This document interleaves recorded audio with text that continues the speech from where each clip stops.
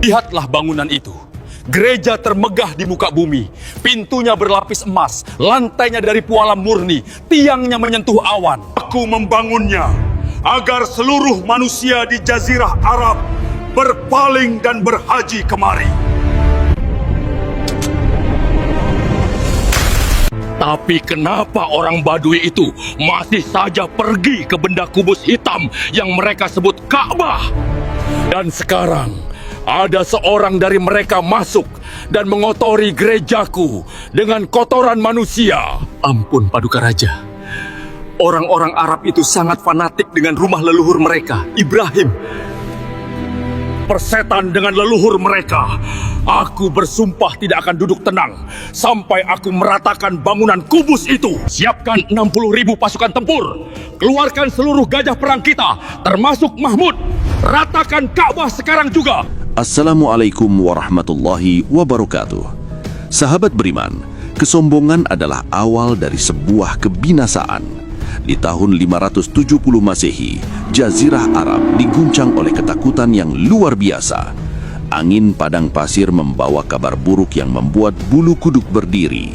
Abraha al-Ashram, penguasa Yaman, membawa mesin perang paling mematikan pada zamannya.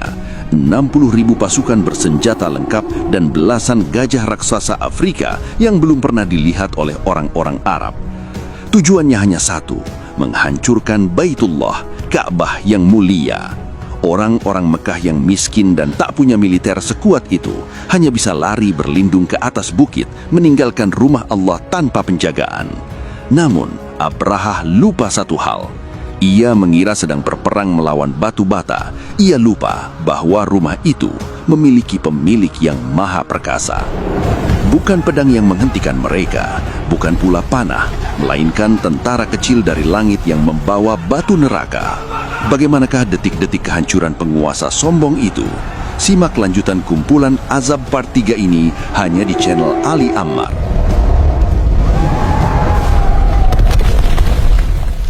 Langkah kaki 60.000 tentara dan hentakan kaki gajah-gajah raksasa itu membuat bumi Jazirah Arab seolah bergetar. Tidak ada yang mampu menghentikan laju Abraha. Beberapa kabilah Arab yang mencoba menghadang di tengah jalan, seperti pasukan Nufail bin Habib, dihancurkan dengan mudah. Nufail ditawan dan dipaksa menjadi penunjuk jalan menuju Mekah.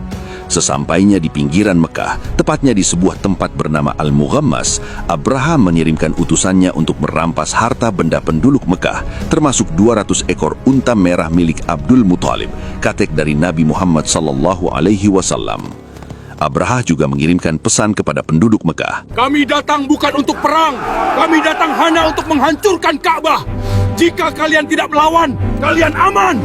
Mendengar hal itu, Abdul Muthalib yang saat itu merupakan pemimpin Quraisy datang menemui Abraha di kemahnya. Di dalam tenda besar yang mewah, Abraha duduk di singgasananya. Masuklah Abdul Muthalib, sosoknya tinggi, berwibawa, dan sangat tampan, membuat Abraha San'a rasa turun dari singgasananya dan duduk di atas permadani bersamaannya sebagai tanda hormat. Tanyakan kepadanya, apa keperluannya datang kepadaku? Kembalikan 200 ekor untaku yang telah dirampas oleh pasukanmu. Sungguh aneh. Ketika pertama kali melihatmu, aku sangat kagum pada kewawaanmu. Tapi kini, kekagumanku hilang. Aku datang untuk menghancurkan Ka'bah, agama leluhurmu, kehormatan kaummu. Tapi engkau malah datang ke sini hanya untuk mengemis, meminta 200 ekor untamu dikembalikan. Wahai Abraha, aku adalah pemilik unta-unta itu. Aku wajib memintanya kembali. Sedangkan Ka'bah, ia memiliki Tuhannya sendiri yang melindunginya.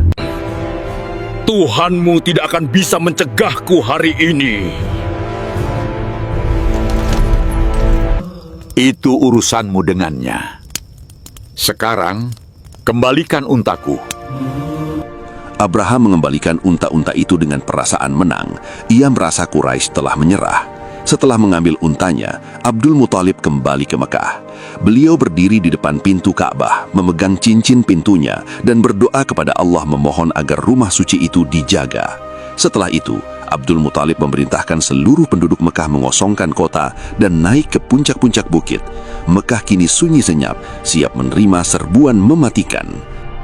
Matahari terbit, hari yang ditunggu Abraha tiba. Ia memerintahkan pasukan bersiap.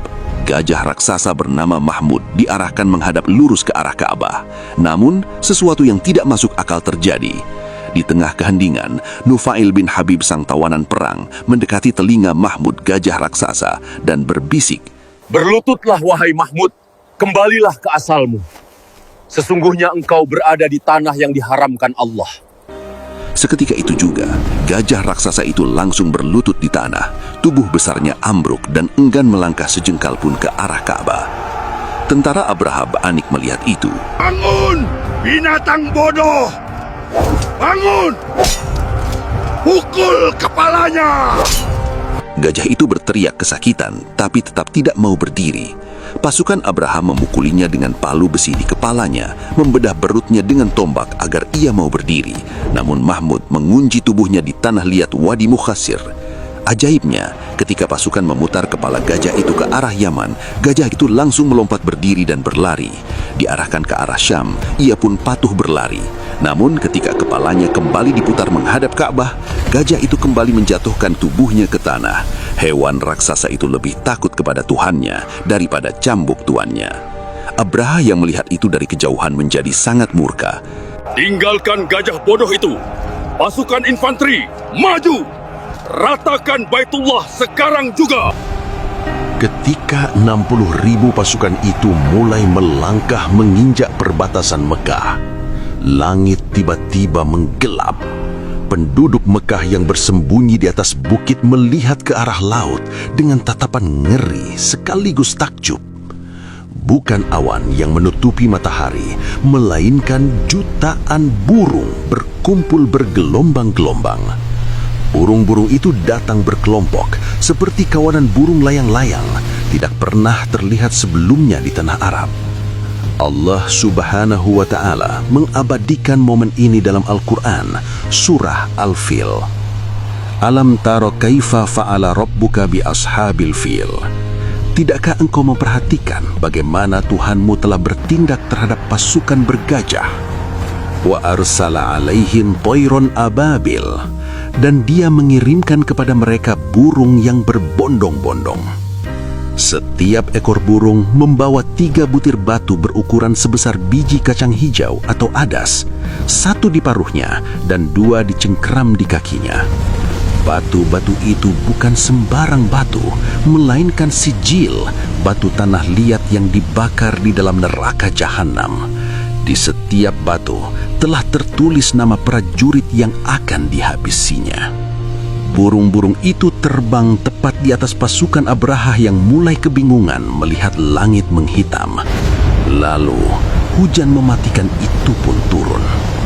Begitu batu kecil itu dilepaskan dari cengkeraman burung ababil, batu itu melesat dengan kecepatan supersonik dan menembus apa saja.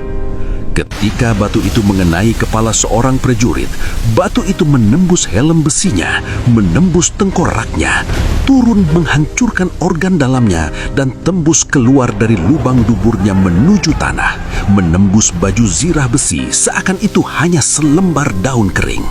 Pasukan Abraha berteriak histeris, berlarian tanpa arah, saling bertabrakan dan menginjak satu sama lain. Panas! Kepalaku! Lari! Aku ingin pulang ke Yaman! Pasukan yang tadinya gagah berani, kini berubah menjadi kumpulan manusia hina yang menjerit-jerit kepanasan. Daging mereka melepuh, tubuh mereka berlubang, anggota badan mereka berjatuhan satu persatu ke tanah bagaikan lilin yang meleleh. Kuda-kuda meringkik, gajah-gajah selain Mahmud meraung kesakitan tertembus hujan api dari langit. Allah menyempurnakan cerita ini dalam ayat terakhir surah Al-Fil. Tarmihim bihijaratim min sijil faja'alahum ka'asfim ma'kul, yang melempari mereka dengan batu dari tanah liat yang dibakar sehingga dia menjadikan mereka seperti daun-daun yang dimakan ulat. Bayangkan sahabat Ali Amar, daun yang dimakan ulat, bolong-bolong, hancur, membusuk, dan tak bersisa. Begitulah kondisi 60.000 pasukan terkuat di dunia saat itu binasa dalam hitungan menit di Tanah Haram. Bagaimana dengan Abraha, sang penyombong? Allah tidak membiarkannya mati cepat. Allah ingin menjadikannya pelajaran. Abraha terkena lemparan batu sejil, namun tidak langsung mati. Ia melarikan diri bersama sisa pasukannya yang kocar-kacir kembali ke Yaman. Namun, sepanjang perjalanan pulang, tubuhnya mulai membusuk. Penyakit yang sangat aneh menggerogotinya. Jari-jari tangannya putus dan berjatuhan satu persatu ke tanah. Ketika ia akhirnya tiba di ibu kota Yaman, di dalam istananya yang megah, tubuhnya sudah mengecil akibat dagingnya rontok sepanjang jalan. Tepat ketika dadanya terbelah dan hantungnya keluar, barulah nyawa sang penguasa zolim itu dicabut oleh malaikat maut. Ia mati di tempat ia menyombongkan diri di hadapan gereja Al-Qulais yang sangat ia banggakan. Sahabat Ali Ammar yang dirahmati Allah, peristiwa luar biasa ini terjadi tepat pada tahun kelahiran manusia paling mulia, baginda Nabi Muhammad SAW. Oleh karena itu, tahun tersebut dinamakan Tahun Gajah atau Amul Fil. Hancurnya Abraha adalah tanda bahwa Allah sedang menyiapkan kota Mekah yang bersih dan aman untuk menyambut lahirnya sang penutup para nabi. Kisah pasukan bergajah ini bukan sekedar sejarah. Ini bukti nyata bahwa tidak ada kekuatan di dunia ini, sehebat apapun senjatanya, sebanyak apapun pasukannya, yang mampu melawan kehendak Allah Subhanahu wa Ta'ala. Siapapun yang menantang agama Allah, nasibnya tidak akan jauh berbeda dengan kaum Madian yang luluh lantak atau pasukan gajah yang hancur berkeping-keping seperti daun yang dimakan ulat. Terima kasih telah menonton. Jangan biarkan hikmah ini berhenti di Anda. Klik tombol share, bagikan ke keluarga dan grup WhatsApp agar menjadi ladang pahala jariah. Bagi yang baru bergabung, silakan klik tombol subscribe agar tidak ketinggalan serial sejarah dan kisah para nabi selanjutnya. Wassalamualaikum warahmatullahi wabarakatuh.